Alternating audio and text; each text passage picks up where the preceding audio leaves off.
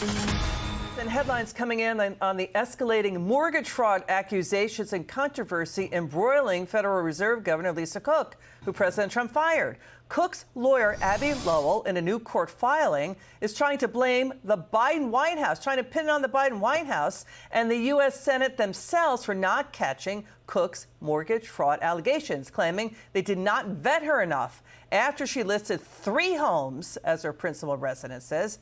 She's accused of doing that to get cheaper and lower mortgage rates. Joining us now, Florida gubernatorial candidate Congressman Byron Donalds. Congressman, you can't make this up. Her lawyers said U.S. senators and Biden White House advisors could have asked about any of these alleged inconsistencies and contradictions when the Senate confirmed her. Are they basically admitting what she did is wrong?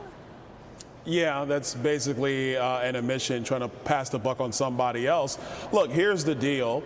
She defrauded a mortgage company. She said it was a primary residence. It was not. And I think it's important for people to understand the difference between a primary residence and a secondary residence is the amount of money you have to put down to buy the property. Under current law, primary residence, you could put down 3%, 5% towards the purchase of the home.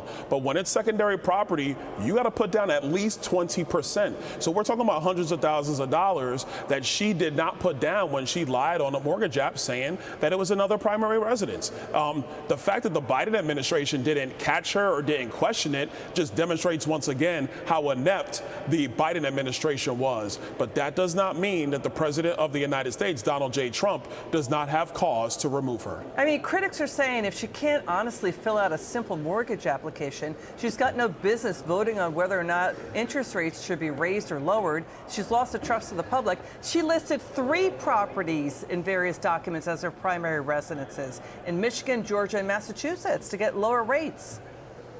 Look, let's just be honest. She knows how to read an application. What she did is she pulled a fast one because she didn't want to have to put out more money to have a second and a third home. That's what she did.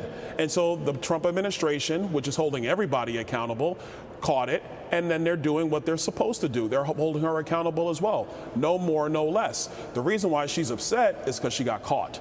That's why she's upset. They're going after Adam Schiff and Letitia James over this, too. What do you think? Final word. I think they should. Look, what you had going on against Donald Trump was political persecution. All the Trump administration is saying now is we are going to make sure the law applies to everyone. All right. Congressman Byron Donalds running to be governor of Florida. It's great to see you, my friend. Thanks for being with us tonight.